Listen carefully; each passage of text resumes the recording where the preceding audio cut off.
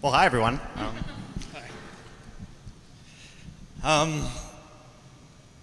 So an intro, did you have a time frame you wanted me to talk for? 2 minutes. Oh, okay. Okay. So again, my name is David Shapiro. I'm running for District 3 County Legislature seat. And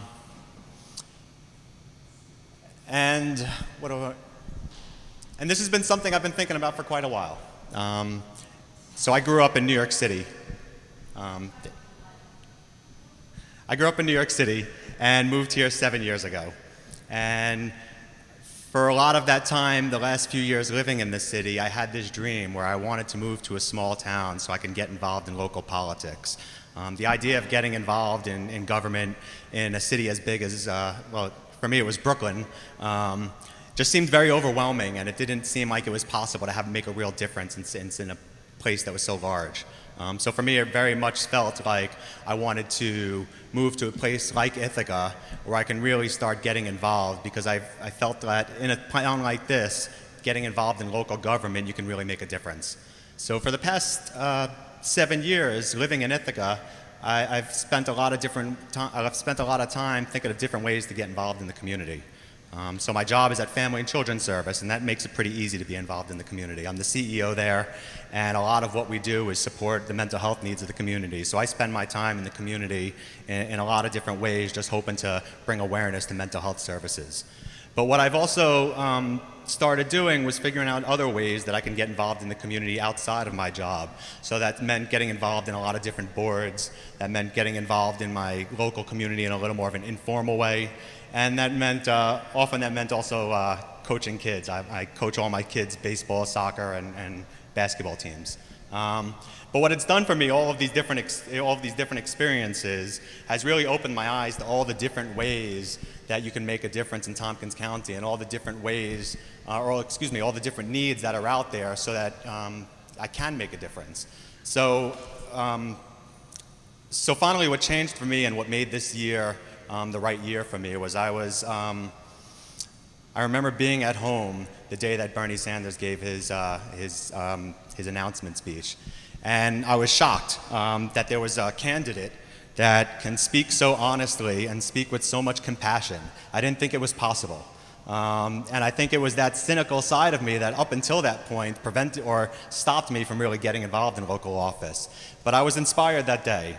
I was inspired by the idea that there is somebody out there who thinks like I think, who wants to get involved in a way that really looks at all of our community and really thinks about how to lead with compassion so that everyone has an equal opportunity to advance in their life. So it was at that moment in time that I really started thinking about what would be the right step for me. And I really started putting a lot of thought into whether, should I start at city council, was it county legislature, or should I even think bigger than that? But what I came to realize was that the biggest difference that I think I can bring to this community and in local government has to do with my professional experience. I've been in social services my entire professional career. I've worked in various programs for the last 12 or 13 years, mostly in leadership roles. And one of the things that I've had a lot of success at in those roles is running programs that achieve a high level of outcomes for our clients, while at the same time running programs that are really cost effective.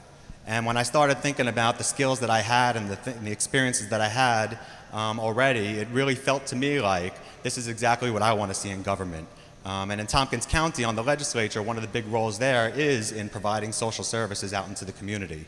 And in my experience in both providing services and in providing them in a very cost-effective way, it just felt to me like this was the right step for me to take.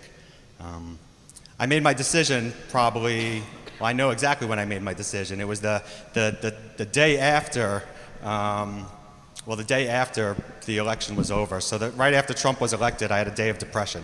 But what I realized the next day, and the way I found myself out of that depression, was that if I think nationally, if I think about how all of the issues that are being discussed on the global scale, how they might affect me, I feel very powerless in that. But when I think locally and when I can focus my energy locally, I feel very powerful and I feel very capable of being able to make a difference in this community in a way that can help people achieve a better standard of living. So it was that the second day after the election that I decided this is what I wanted to do. and it's brought me to where we are today. Thank you.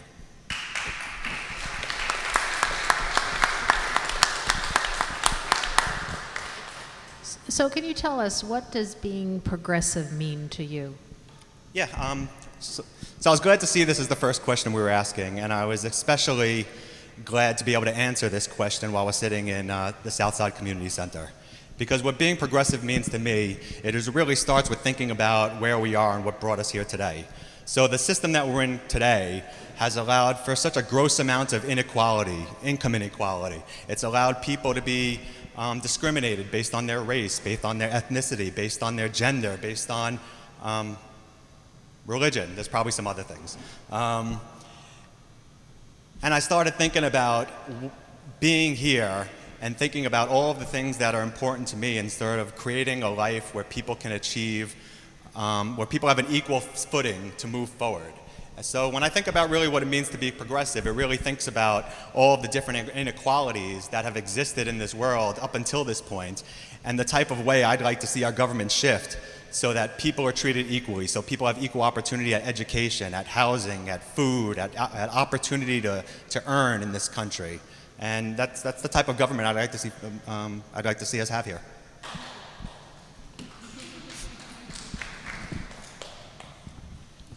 Okay, next question. What are a few key issues that you see us facing right now as a county and that you want to focus on if you were to be one of our county legislative representatives? Please pick one issue and talk about what actions you would like to see the legislature take to address the issue. So, one issue facing the county. Okay. So there's a lot of talk that happens in this county related to affordable housing, and that's for good reason. There's just simply not enough housing for people to afford to live here.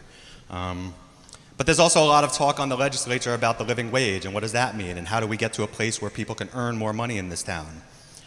And when I think about the biggest issue that's important to me, and a part of my campaign and how I tie all that together, I really think about what's important to me is affordable living. And right now, living in Tompkins County simply is not affordable for an overwhelming majority of people in town. So there are really two issues that are very important to me and that are discussed at the legislature. And if I can, I'm going to talk about two. The first is raising the minimum wage to a living wage. So this has been an important topic for me ever since I started at Family and Children's Service.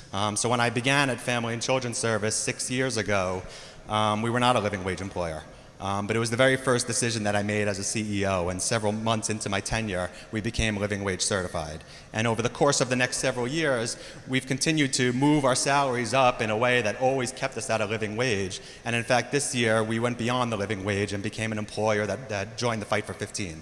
So as far as the legislature is concerned, I was at the living wage rally a couple of days ago, and I was extremely happy to see that what the county is that Anna was there, Leslie McBean was there, and there's now a little bit of movement on the county legislators to get behind bringing the minimum wage to a living wage, and I would fully support that if I was in the legislature.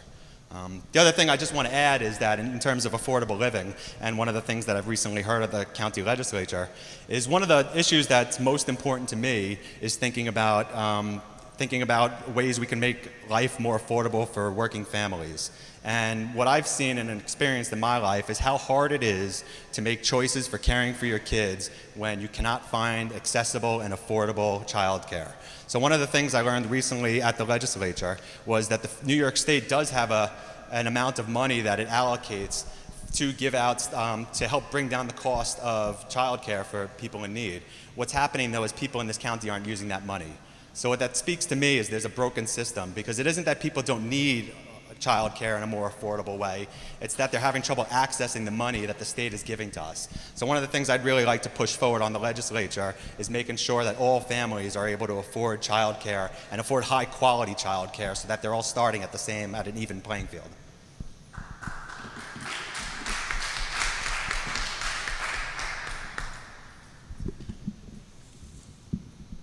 So I'm going to skip down to the next section so that we get a little variety. This is a short question and very complicated and important at the same time. What is your stance on increasing property taxes to address local community needs? So I think this was a challenging question for me to think about, and it isn't because I don't believe in a more progressive tax plan, but it's, for me, thinking about property taxes, is that always the right way to raise money? Because what happens in this town is high property taxes don't just affect homeowners.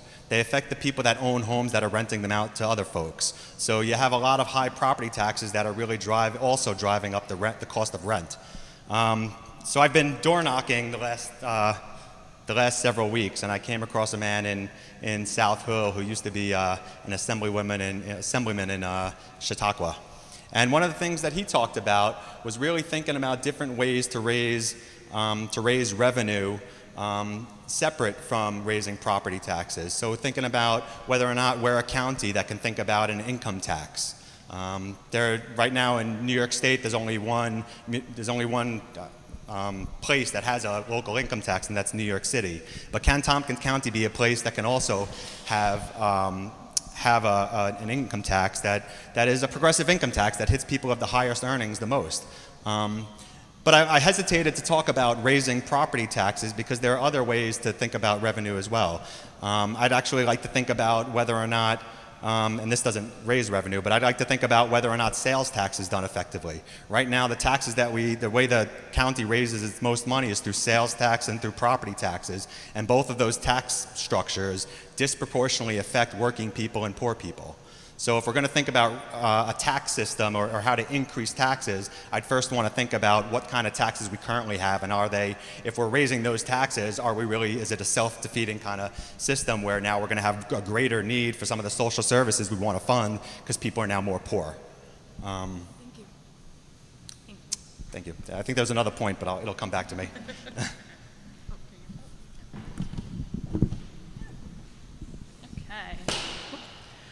What is your approach to consensus building in a group? Please give an example that illustrates this. Okay. I think my approach to consensus building starts with listening. I think one of the ways I've been most effective in my leadership roles is by shutting up and letting the people around me do the talking.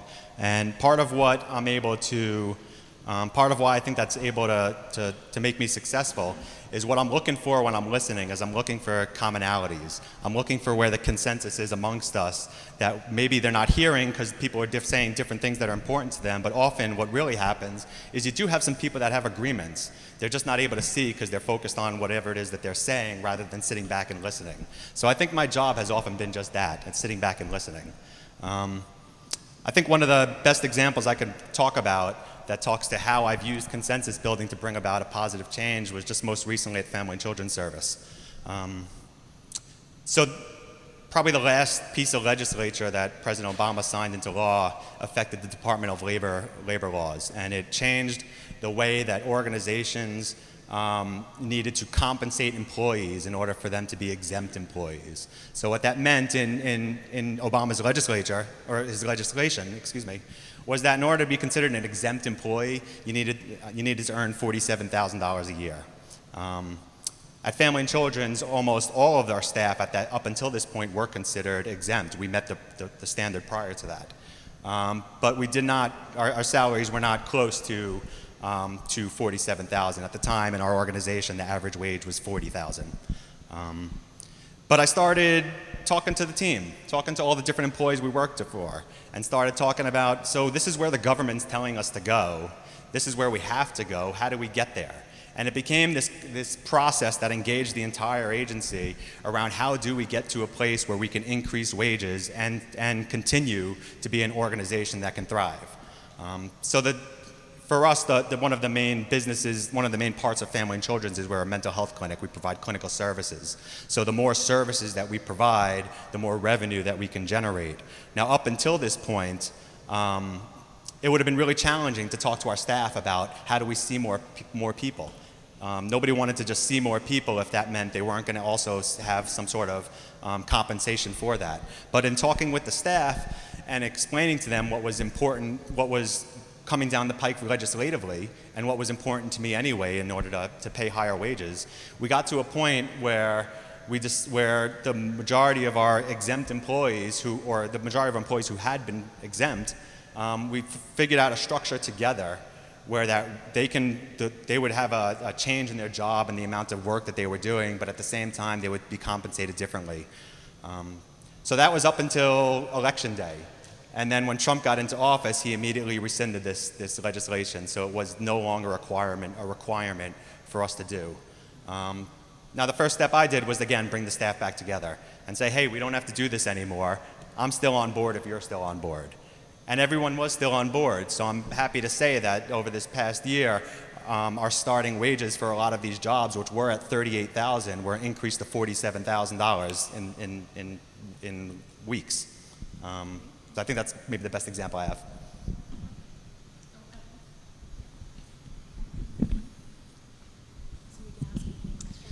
So I'm going to depart a little bit from the script, David.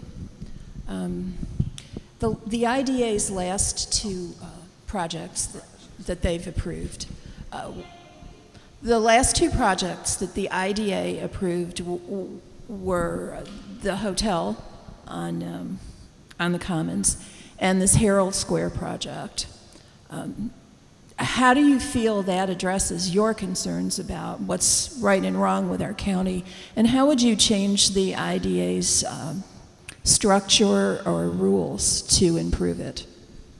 Yeah, so one of my frustrations with the IDA is I feel like I get conflicting messages from them. So in order to qualify for a tax abatement, what they say you need to be able to do is you need to hire local labor, you need to create living wage jobs, and I believe there's a energy efficiency component to it as well.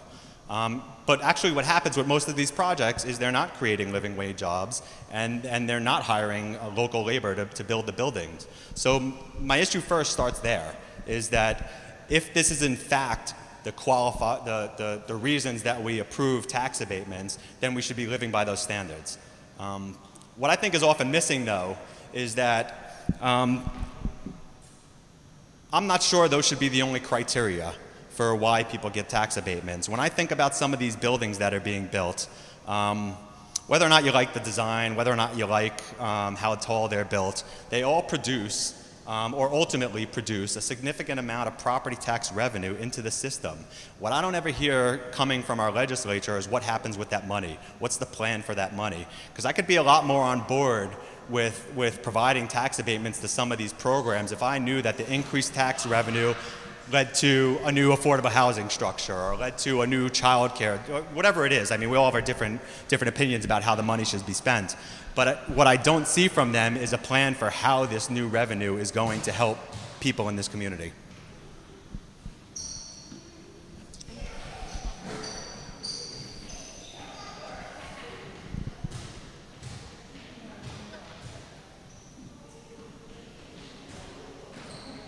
These are all good lessons for public speaking, how to not get distracted when you're trying to answer questions.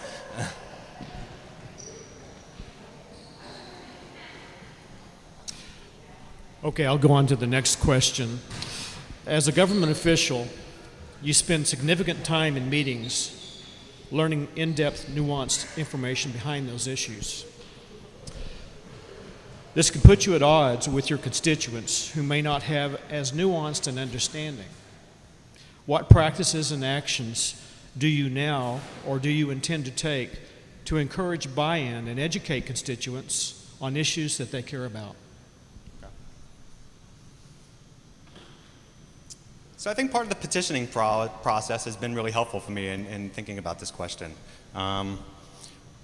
So a lot of my friends, most of my friends are in a very similar demographic than me. We're working families, which means that our lives are very hectic, and which means for a lot of my friends, they're not really getting involved in local politics, and unfortunately, most of them also don't vote during local elections. One of the things that's been helpful for me in understanding this is walking around and really telling people what the purpose of our local government is. Too many people get entrenched in thinking about the next senator election, the next presidential election, the next governor election, but people aren't paying attention to what happens locally. So I continue to tell people about my story, about why my focus has shifted from thinking about presidential politics to thinking about local politics. And I continue to tell people and engage people in that conversation about the way to make real change in your community and in the lives of the people around you is by getting engaged locally. So I've already had several friends who have switched over from independents into Democrats because now they're seeing that it might feel good when you're looking at who to vote for a president. It might feel really great to hold on to your independence, but that independence prevents you from being involved locally. My district, for instance, is likely going to only have a primary. So if you're not registered as a Democrat, you're likely not going to be able to vote in the election in my district. And my district's not very different from a lot of other districts in Tompkins County. So just continuing to talk to people about why it's important to be involved, why it's important to be registered, I would say as a Democrat, but why it's important to just be involved locally, because it's only locally where you can make a real difference.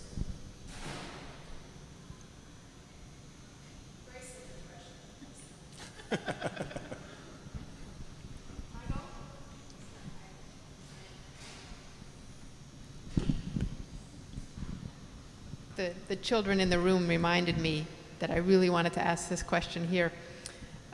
If you have other paid or family demands, if you have other paid work or family demands, can you tell us how you plan to balance your responsibilities? How many hours a week can you allot to your responsibilities at the legislature? So I want to step back and answer that a little differently before I get to exactly what you asked. One of the issues I feel like or one of the concerns I have with our current legislature is a lack of diversity there. And that you can talk about the lack of diversity in a lot of different ways, but one of the ways the legislature lacks diversity is in working families. So I get asked this question all the time. And I got my eyes wide open. This is obviously going to be a lot of work for me. But at the same time, I believe it is so very important that our legislature is representative of the people that we serve. And one of the largest demographics of people we serve in this community is working families. So I would be very proud and honored if I'm able to represent our community in that way. But to answer your question specifically, from what I hear, it takes 15, 20, 25 hours a week to be on the legislature. If you're working on the sanctuary city, it might take a little bit longer than that. Part of how I've freed up my time is I've already been starting the process of freeing up my time. So up until this year, I've been serving on 4 different boards, and in addition to that, coaching all of my kids' various teams. I've already stepped off all the boards that I'm working on, and my kids have known for a couple of years, and it's actually has a little bit to do with the election and more to do with me getting older. But my coaching career is kind of over, and my kids understand that now. So let me come back to the question for a second. I think what I want to say is that I'll allot the amount of time that it takes. I think what's interesting about this question is that if I was working at Morgan Stanley and I was making $250,000 a year and I was working 80 hours weeks, nobody would say anything about that because they would understand that my motivation was money. My motivation is not money. My motivation is making a difference in this community. And if that means working 40, 60, 80 hours, I'm going to put in the time and the effort and the energy I need to make sure the job gets done. Because that is my motivation. It is not the money for this job. It's not the money for any of my jobs. My motivation is to make a difference in the place that I live.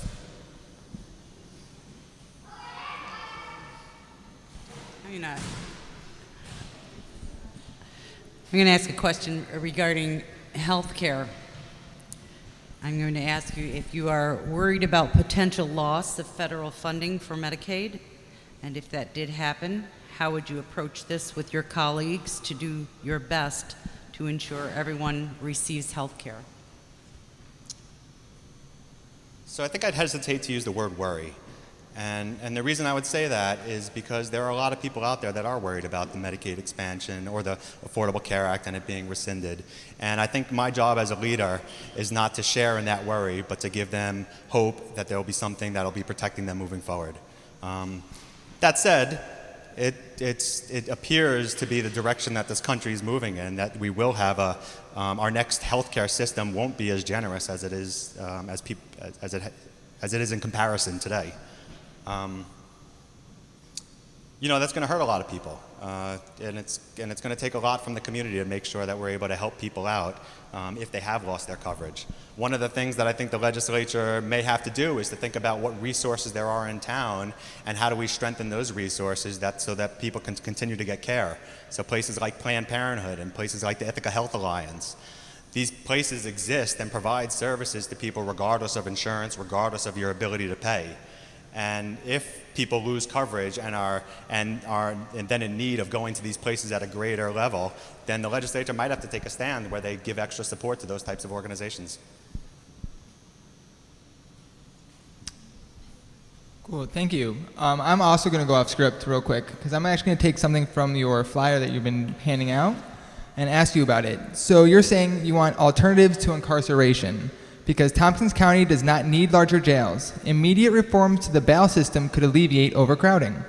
What exactly are those bail reforms you're talking about? And the bail reforms that you're talking about, what are those bail reforms? And then to follow up on that, let's pretend that the bail reforms don't come through. How would that then prevent overcrowding both in Tompkins County and elsewhere?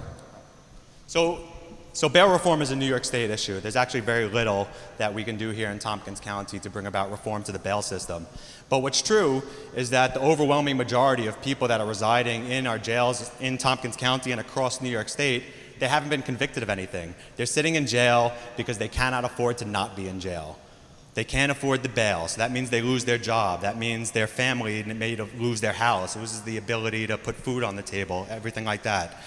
So one of the things that I hope to achieve through the legislature is by continuing to put pressure on the New York State system so that we can bring about changes in our jail system and in our bail system.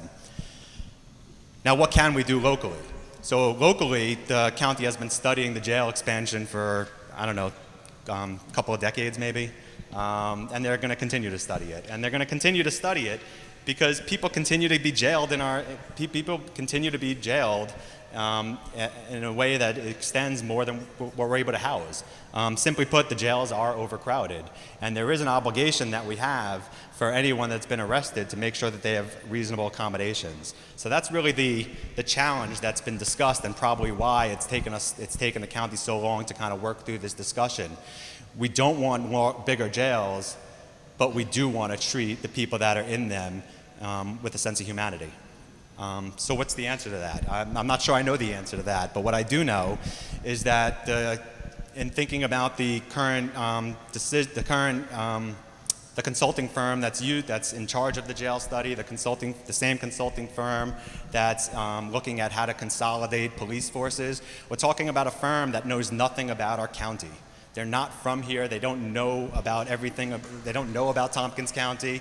And I find it very hard to believe that any solution that they come up with is going to be the best solution for the residents of Tompkins County. So the biggest thing that I'd like to see happen is if I was in this position where I can have an influence on the discussion about the county jail, is that I would talk about engaging the local community so that we can have local answers to this problem. Can I go back one step? I guess what I'd really like to know is how familiar are you with the New York State Singlepayer Health Act? Are you familiar with it? And what is your stand on single-payer health care in New York? Oh, I fully support it. What I know about the single-payer health care system that New York State is trying to push forward is, number one, we have assembly people that aren't pushing it forward.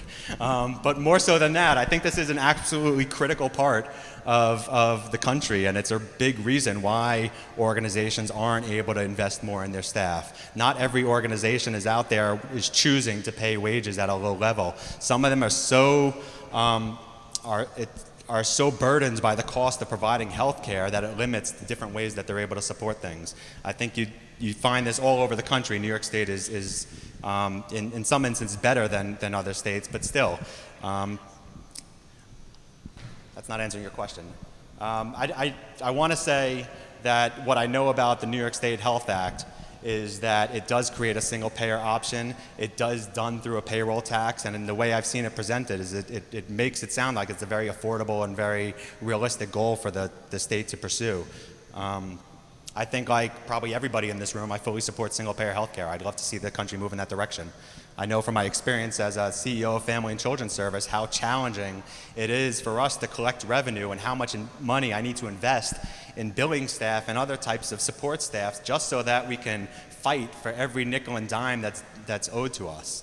We're a unique organization. Not all organizations have to have that intimate of a relationship with the healthcare industry. But what I know from my experiences is how challenging it is to deal with the industry and what it means then for a lot of the clients that we serve.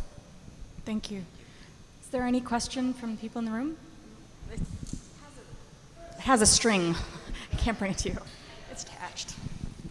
First, thanks to the TC Progressives for doing this. It's fabulous. And I get to cast a vote in this election, so I appreciate it. And thank you, Dave, for stepping up. This is a rubber hits the road question. Currently, 25% of the county budget, if I'm not in error, goes to Medicaid. If the ACA is repealed, which I hope doesn't happen, but it's likely, as part of the upstate amendment, that part of our budget will be taken over by the state. I don't know if you're familiar with that. That was part of the getting the people like Reed to vote for it, which means 25% of our budget will disappear. At the same time, affordable housing is an issue.